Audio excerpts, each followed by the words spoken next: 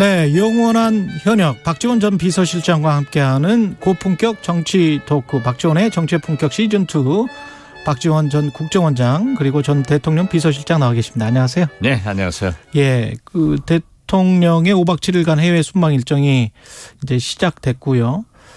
그 가서 어떻게 해결할 수 있는 문제들이 있을까요?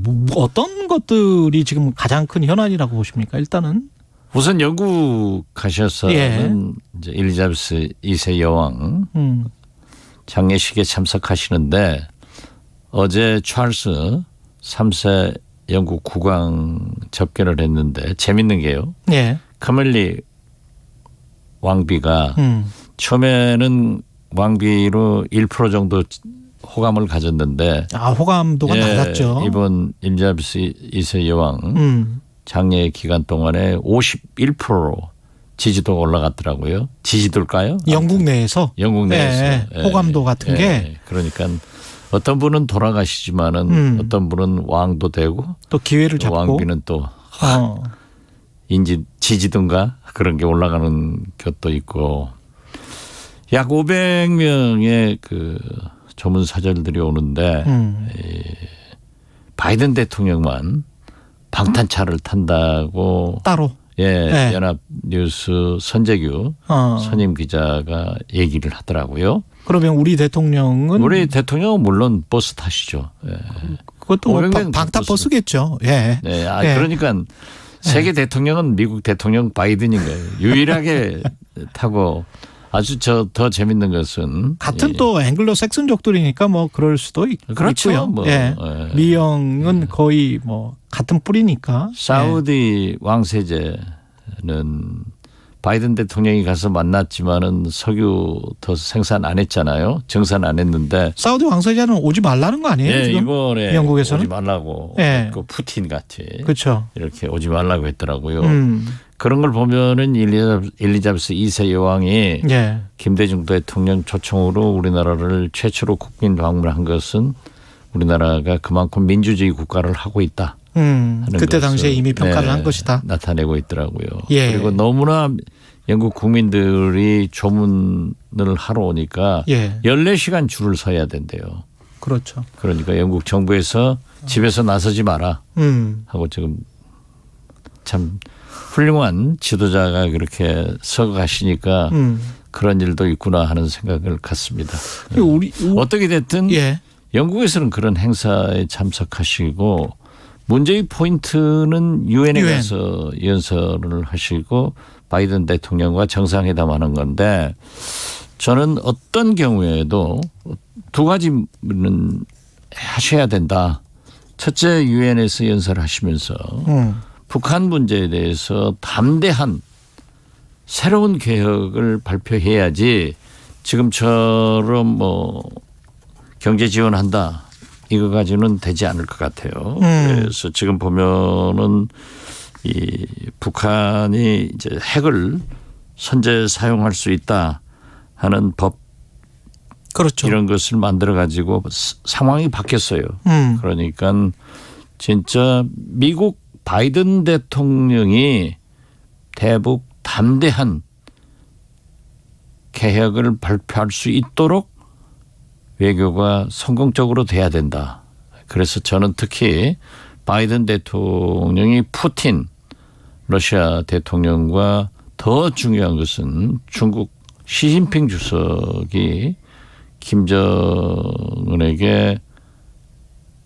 대화를 해서 북한 핵이 이상 핵실험이나 발전되지 않을 수 있도록 비핵화의 길로 갈 수 있도록 하는 그러한 설득이 필요하다. 저는 그렇게 보고요. 북한 문제 나와서 그 뉴욕타임즈에서 인터뷰에 문재인 정부의 이제 북한 정책을 상당히 비판하는 듯한 모습을 많이 보였잖아요.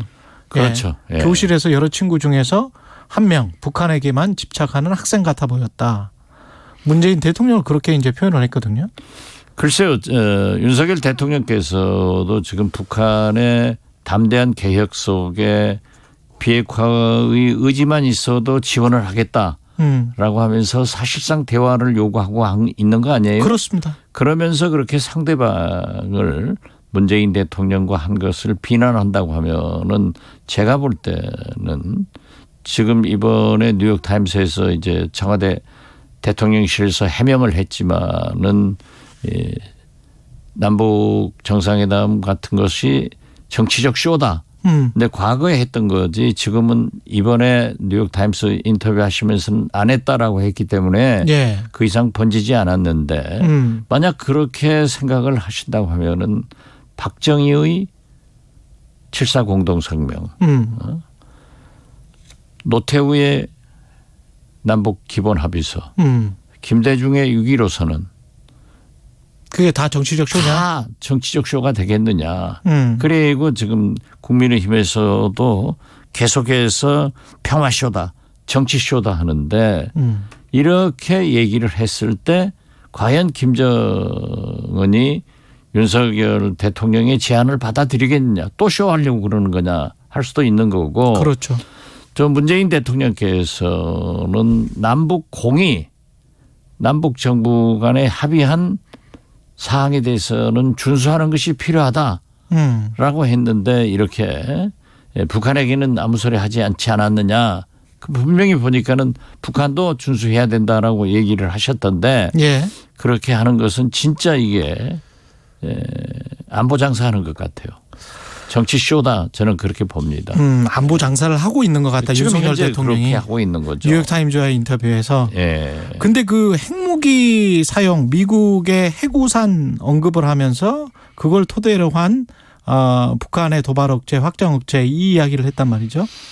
그렇죠. 이제 우리가 북한은 핵 무장을 했지만은 예. 우리는 지금 핵 무장을 할 수가 없잖아요. 그렇죠. 그렇기 때문에 NPT에 가입돼 있으니까. 가입돼 있고 그렇기 예. 때문에 우리는 미국의 핵우산 속에 있다 하는 것은 일리가 있어요. 근데 모든 패키지가 총체적으로 포함되는 것, 미국의 핵무기 사용 등 이게 예. 뉘앙스가. 글쎄요. 그것은 지금 현재 아직까지 뭐라고 확정적인 얘기를 할 수는 없지만은 억제력 향상을 위해서 그렇게 얘기할 수도 있다. 저는 그렇게 봐요. 그럼 뭐 남북 군사합의 파기를 시사하는 발언이다 이렇게까지 해석할 필요는 없습니까?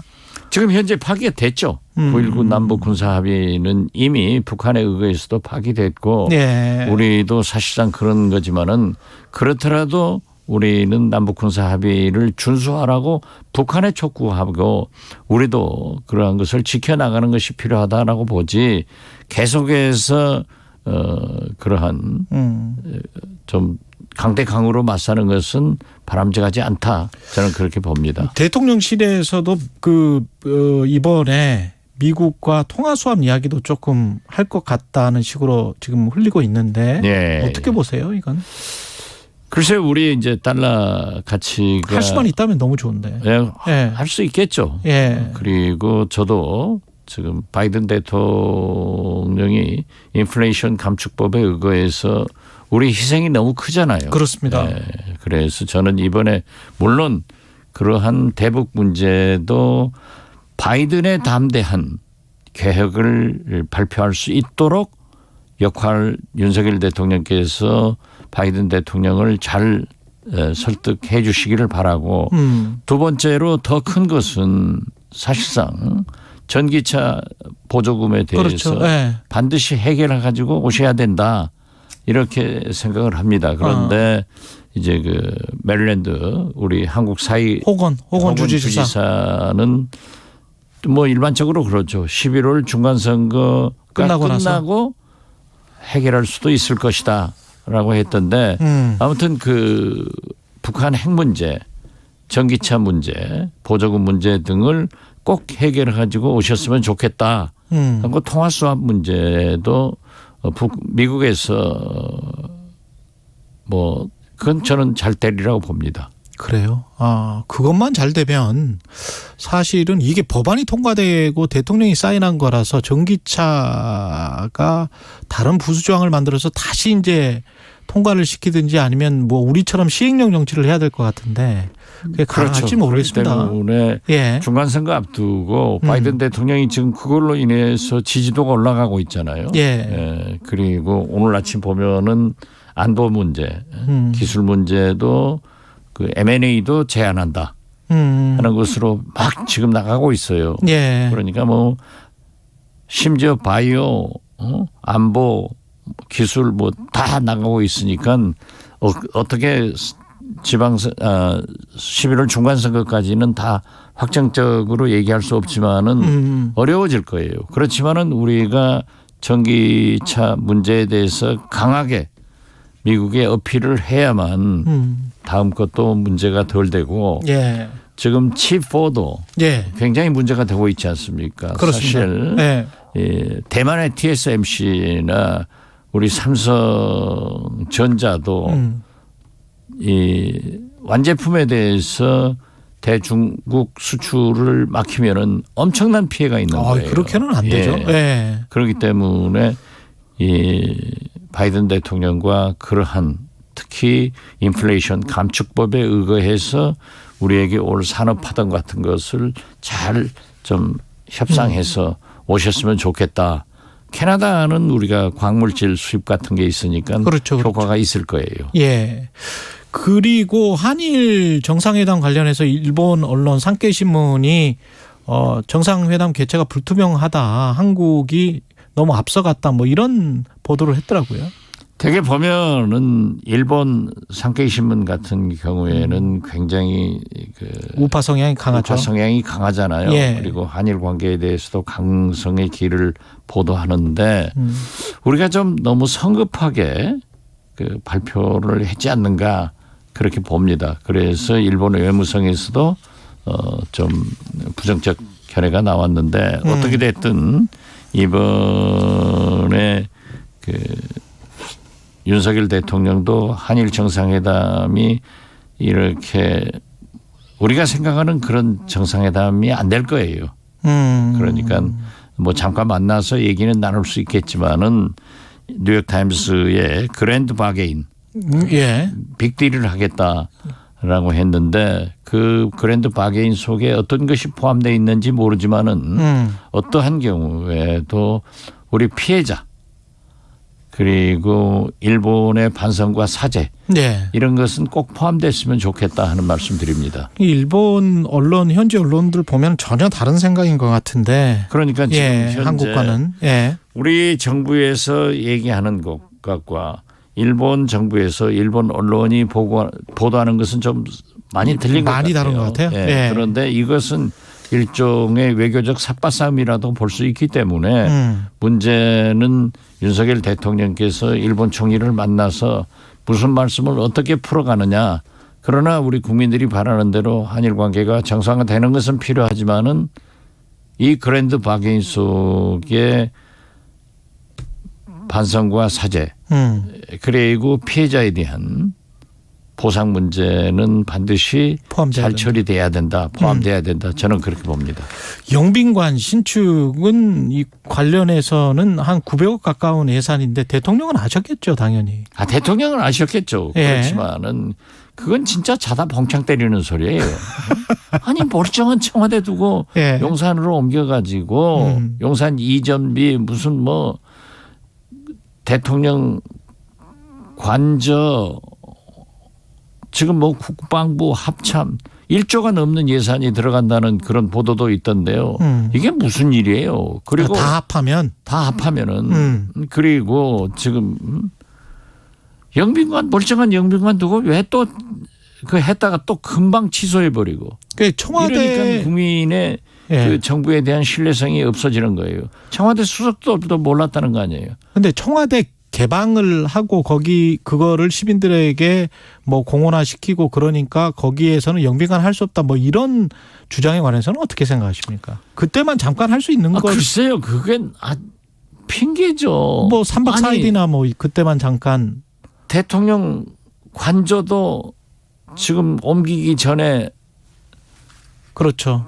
서초동 아파트 그대로 썼잖아요. 그렇죠. 지금 있는 영빈관 그거 금방 하는데 무슨 문제가 있습니까? 거기서 외국 정상들이 잠을 잘 것도 아니고 그냥 그렇죠. 만찬만 하는 거잖아요. 하는 거죠. 그렇죠. 연애만 하는 건데 예. 나는 그 이해가 안 돼요. 여기에 민주당 일부에서 아마 김건희 여사 개입설 이런 거를 이야기를 하는 것 같고. 글쎄요, 여당은 집단적 망상이다. 얘기 중에 영등간도 옮긴다. 이거가 있으니까 그러한 얘기는 반드시 나올 수밖에 없죠. 그렇지만 어떻게 됐든 청와대 수석들도 모르고 느닷없이 봉창 때리다가 그냥 국민들이 반대하니까는 또 대통령 지시로 없애버리고 이 정부의 정책이 이렇게 신뢰성이 없어가지고 되겠습니까? 이게 지금 철회는 했는데 철회한 거는 잘한 거죠. 잘했죠. 예. 잘한 건 잘한 거죠. 저도 잘했다고 했어요. 그렇지만은 정부 정책이라는 것은 항상 심사숙고해서 결정하고 해야지. 느닷없이 자다가 결정해놓고 또 자고 일어나서는 또 취소해버리고 하면은 우리 정부 정책의 신뢰성을 상실한다 이거죠. 예. 지금 그리고 국민의힘 상황 잠깐 여쭤보면 이준석 할 필요도 뭐 있어요. 어차피 주호영 되는 건데. 주호영 되는 거다. 그렇죠. 이준석 전 대표는 어주영이죠. 어대영. 어대주.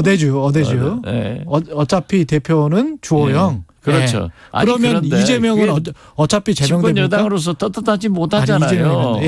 아니 경선한다. 예. 정진석 비대위원장 해놓고 이용호 의원이 하니까는 주호영 해버리면은 제가 남우당 투표 결과를 얘기하지 않지만은 국민 모두가 5천만 국민이 여기는 주호영 되겠구나 하는 거 아니에요. 그러니까 그게 민주정당이냐고요. 그 이준석 전 대표는 그러면 어차피 또 제명되는 겁니까? 글쎄요. 저는 지금 하는 거 보면 제명될 수밖에 없잖아요. 징계가 다시 시작됐다가 하면 당원권 정지 외에는 이상이 나와야 될 거 아니에요. 그러니까 이제 이준석 전 대표는 표현의 자유다 했는데 아무튼 양도구역 신군보 자기도 많은 비난을 했기 때문에 윤리위에서 잘 결정하겠죠. 그러나 제명 아니에요? 근데 제명이 되면 사실은 총선 직전에나 신당을 만들 수가 있을 것 같은데 그 전까지 이준석 전 대표가 입지가 굉장히 난처해지겠습니다. 그렇게 되면. 입지가 난처해져도 계속 밖에서 그러한 정치 활동은 하겠죠. 그렇군요. 이재명 민주당 대표 같은 경우는 검찰 경찰의 압박을 계속 받고 있습니다. 계속 압수수색, 소환, 그리고 정진상 정무조정실장, 이재명 당대표의 최측근이라고 할 수 있습니다. 자택도 이제 압수수색을 했는데 이 상황은 어떻게 보십니까? 글쎄요, 이재명 대표는 부인, 아들까지 온 가족이 탈탈 털리던데요. 그렇게 털어서 안 걸릴 사람 어디 있겠어요.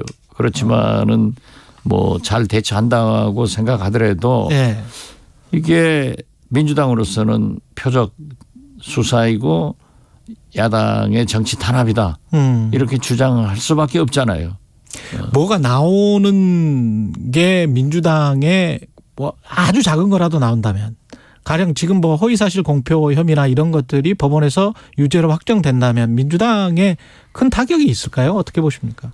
아직까지 그러한 것은 너무 민감한 얘기 아니에요. 그렇죠. 그렇다가 법원의 문제도 문제가 있고 그렇기 때문에 얘기할 수는 없지만은 아무튼 거듭 말씀드리지만 민주당으로서는 단결해서 싸울 수밖에 없는 거죠. 정면 돌파하는 수밖에 없다. 그렇죠. 그리고 민주당은 그러한 탄압에 대해서 뭉쳐서 싸우는 DNA가 굉장히 좋은 정당이에요.